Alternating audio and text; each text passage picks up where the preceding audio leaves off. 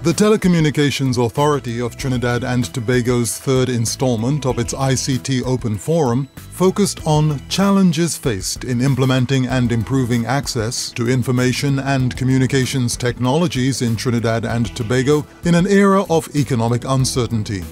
This forum was set against the backdrop of the prevailing turbulent economic environment which emerged around 2008 and was characterized by declining confidence in the global economy. This scenario continues to pose significant challenges for energy-dependent economies such as Trinidad and Tobago's. However, also of significance in 2008 was the gross revenue from this country's telecommunications and broadcasting sectors, which at the end of that year stood at 4.8 billion TT dollars. This figure comprised approximately 3.1% of GDP for 2008. Given the positive show from this industry, Trinidad and Tobago may have reached a juncture in its developmental path, where revenues from these sectors may be at the cusp of taking their place among this country's significant revenue generators, particularly given the non-renewable nature of oil and gas resources. Therefore, the time has come for more consideration to be given to the potential of ICT-related industries as significant revenue and employment generators, even in the face of the prevailing economic climate. This matter thrust into focus at the Telecommunication Authority of Trinidad and Tobago's ICT Open Forum.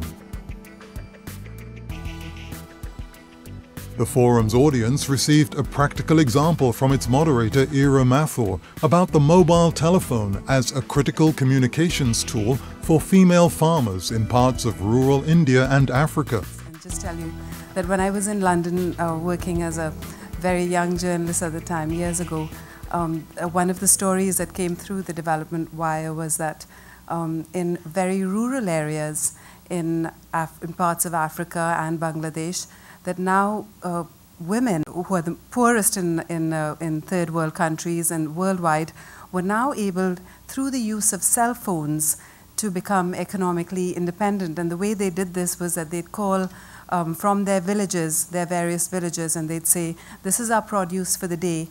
Could you tell us what's in demand out there today in the market?" So before they made that trek, maybe it was 5 miles, 7 miles, to go into the big marketplace, they knew already what was in demand for that day. And that's why I think cell phones are extremely important for the development of everyday, ordinary people. The significant value of ICTs for ordinary folk was underscored by Mr. Cleveland Thomas, Chief Executive Officer at iGovTT, in his presentation, as he provided the audience with some of the motivating factors for the adaptation of ICTs. Some of those factors, he pointed out, included the human right to communicate, as well as the provision of opportunities for economic sustenance. We see and we recognize that ICT as a tool for adoption has really a key area in terms of basic human rights. Today, quite often we recognize, because of these new tools, whether it's Facebook or otherwise, we need to communicate with each other. So it's a natural expectation that ICT will be used in going forward.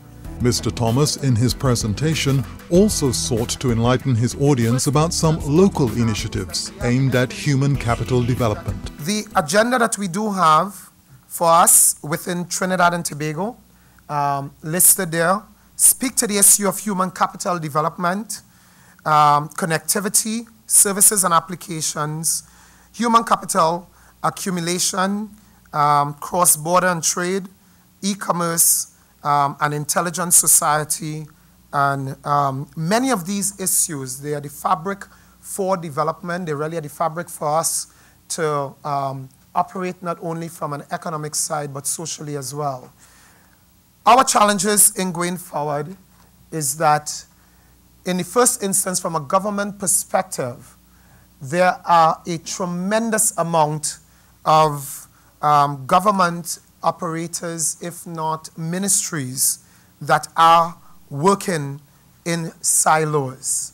It is a fact that in the ICT sector in all developed countries, As far as it plays an important role, we in our own research have found that no less than 25% of the ICT sector contributes to the GDP of a nation.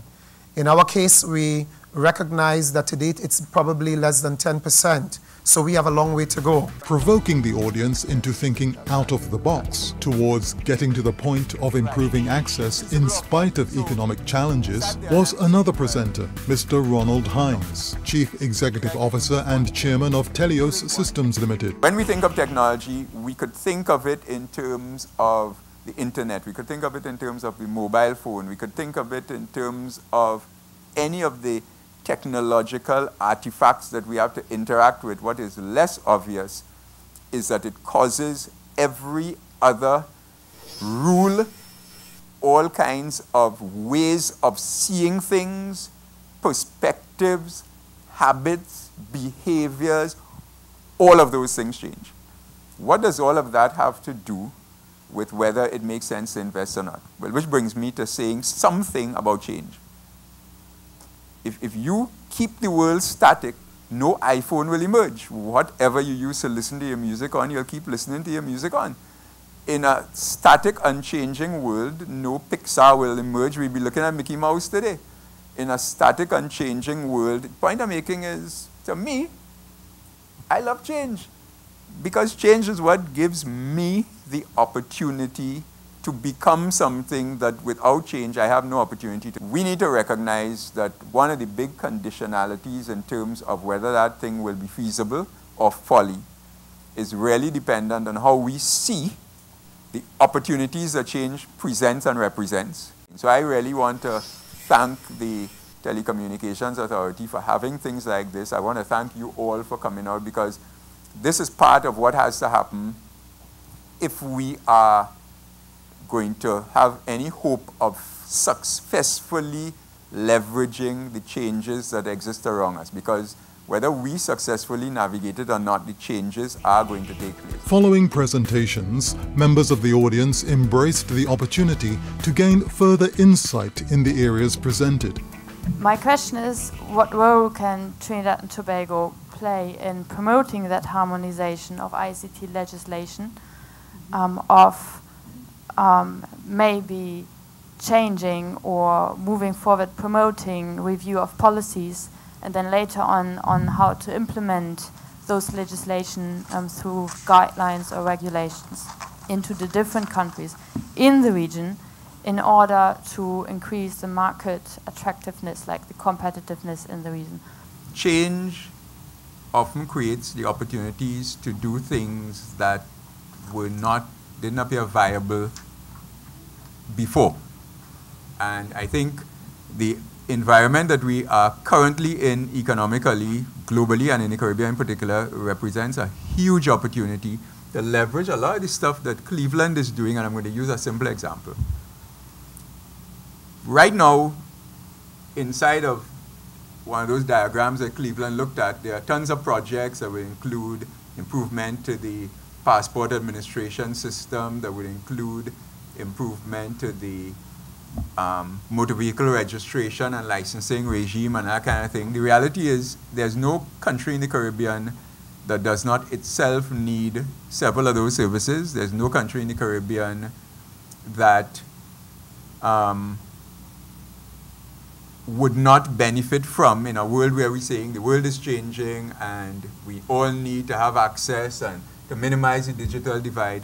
The reality is, in the normal course of events, every single one of those countries will go on their own and seek to solve the problem. So that Trinidad is going to invest billions of dollars in, pick any one of these systems, and Jamaica is going to seek to, and I'm making a distinction on we because many of them now simply do not have the financial capacity to do some of the things that they need themselves. Now, the thing that strikes me as being obvious is that in a resource-constrained environment where you need the same thing I need, I have the resources to get it done for me, you don't have the resources to get it done for you, and actually it costs me less per head to do it for all of us.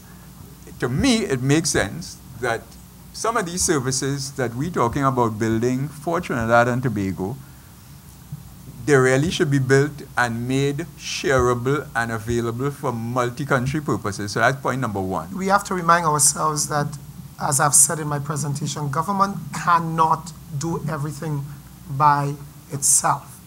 There are some things government can do and should do, and there are some things which the private sector, in fact, should do, probably far more so than they have been doing right now. At the close of discussions, it was evident the consensus was that ICT's widespread use contributes to development.